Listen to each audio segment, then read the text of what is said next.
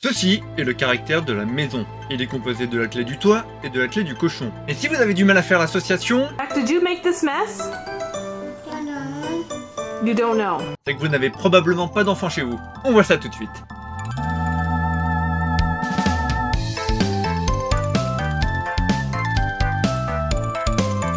Aujourd'hui, on va se focaliser sur deux clés très courantes et très proches, la falaise et l'abri. La falaise, on l'avait brièvement évoqué avec le caractère du rocher.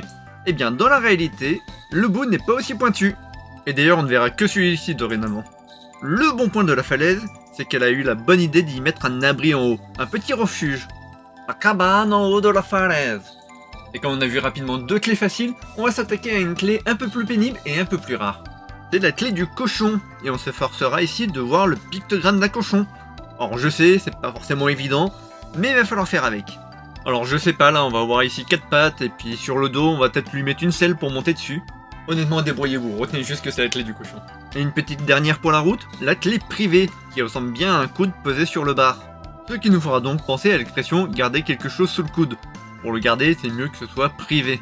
Bon, ça c'est à moi, vous n'y toucherez pas. On a tout, alors attaquons les kanji. Le kanji de la divination, le vrai caractère, et on retrouve donc notre baguette de divination dessus. Et une voyante dont les pipeaux sortent de la bouche. Oui bah, c'est de la divination hein. Le kanji magasin, et on n'avait pas besoin de faire de divination pour se douter qu'il n'y aurait pas de magasin près de votre abri en haut de la falaise. Du coup, est-ce que vous pouvez deviner que vous allez avoir besoin de redescendre? Bah non, t'es con, je prends un Uber. Le kanji large, vaste, et je vous conseille lorsque vous achetez un terrain privé pour construire votre abri sur la falaise, d'en prendre un suffisamment large pour éviter de finir comme dans un épisode de Bip Bip et Coyote. Alors pour la petite histoire, honnêtement, moi j'ai toujours vu ce caractère comme le fait de tomber de la falaise de son abri, et du coup se retrouver à devoir faire de la spélogie et utiliser de ses coudes là pour essayer d'élargir le passage. Non mais je vous l'accorde, hein, l'imagination n'a pas forcément beaucoup de sens. Comme si j'allais réussir à pousser les parois avec les coudes. Le kanji prairie, plaine, mais aussi primitif, original, indiquant vraiment cette notion de chose au fondement d'autre chose. Et pour être sûr de bien comprendre, il peut être vraiment intéressant de regarder une définition de primitif. Primitif, qui est à son origine ou près de son origine. Et c'est pour cela qu'on retrouvera donc ce caractère dans du vocabulaire comme atome, couleur primaire, laine brute. Et pour cela, on va donc imaginer une petite prairie, au bas de notre falaise, remplie de ces petites fleurs blanches. Car ce lieu est primitif, l'homme n'y est pas encore venu faire du camping ou construire des routes. Et si l'on remonte l'eau de la prairie, on finira par retrouver sa source, son origine. Au final, la source correspond bien à l'eau primitive. Ah, ça fait deux caractères proches de l'origine quand même, faites bien attention. Et maintenant, l'un de mes kanji préférés, le caractère anti, opposé, qui va nous permettre de créer des moyens mnémotechniques généralement très simples. Mais déjà, pour le retenir, je vous laisse vous imaginer dans le rôle de Superman. Avec votre force, vous arrivez à vous opposer à l'effondrement de la falaise avec votre seule main droite. Hélas, les lois de la physique font que la falaise va tomber et se courber sous son propre poids, courber étant le second sens de ce caractère.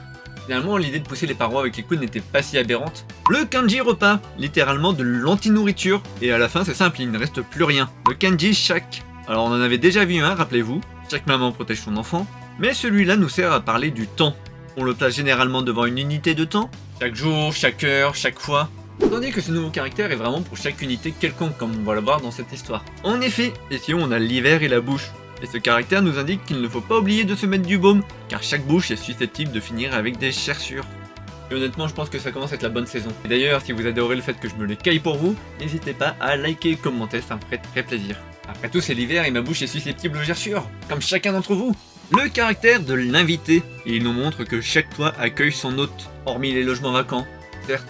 Le kanji de la réalité, il nous montre que posséder deux grands toits est devenu une réalité pour bon nombre de nos concitoyens. Attends, ça fait combien d'années que j'ai écrit ce moyen mnémotechnique? Et on se retrouve avec un logement pouvant accueillir 100 hommes sous son toit. Il s'agit bien là de la définition de l'auberge. Ne cherchez pas, hein. Il n'y a pas 100 personnes sur votre toit, s'il y en a 101, il y en a 99, ce n'est pas une auberge. 100. Il faut que ce soit des hommes. Et donc, comme on parle beaucoup de logement, autant voir le caractère de la maison. La maison, c'est un toit qui garde un cochon en dessous. Et personnellement, je n'ai aucun souci avec cette idée.